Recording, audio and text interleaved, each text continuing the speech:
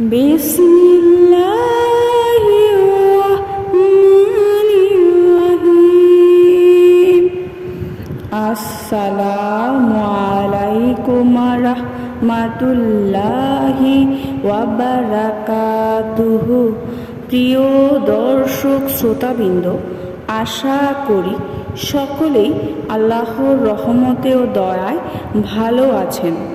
যদি কোনো রোগী চিকিৎসার অনুপযুক্ত হয়ে যায়, তার জন্য কোনো চিকিৎসা পাওয়া না যায়, ঔষধ খেলে সুস্থতার পরিবর্তে অসুস্থতা আরও বেড়ে যায়, সর্বপ্রকার চিকিৎসা করার পরেও রোগী কোনো রকম সুস্থ হয় না, তার জন্য আজকের এই ওজিফাটি আল্লাহ তাআলার নামের একটি ওজিফা।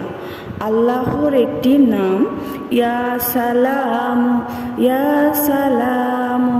আল্লাহর এই নামের ওজিফাটি কিভাবে করবেন? ওজিফাটি একা একাও করতে পারেন অথবা কয়েকজন মিলেও করতে পারেন। প্রথমে 3 বার দুরূদ শরীফ পড়ুন, অতঃপর 1,25,000 বার আল্লাহর এই নামটি পড়ুন, ইয়া সালামু, ইয়া সালামু। শেষে আবার 3 বার দুরূদ শরীফ পড়ুন, অতঃপর সকলে মিলে রোগীর সুস্থতার জন্য দোয়া করুন। ইনশাআল্লাহ রোগী সুস্থ হয়ে যাবে।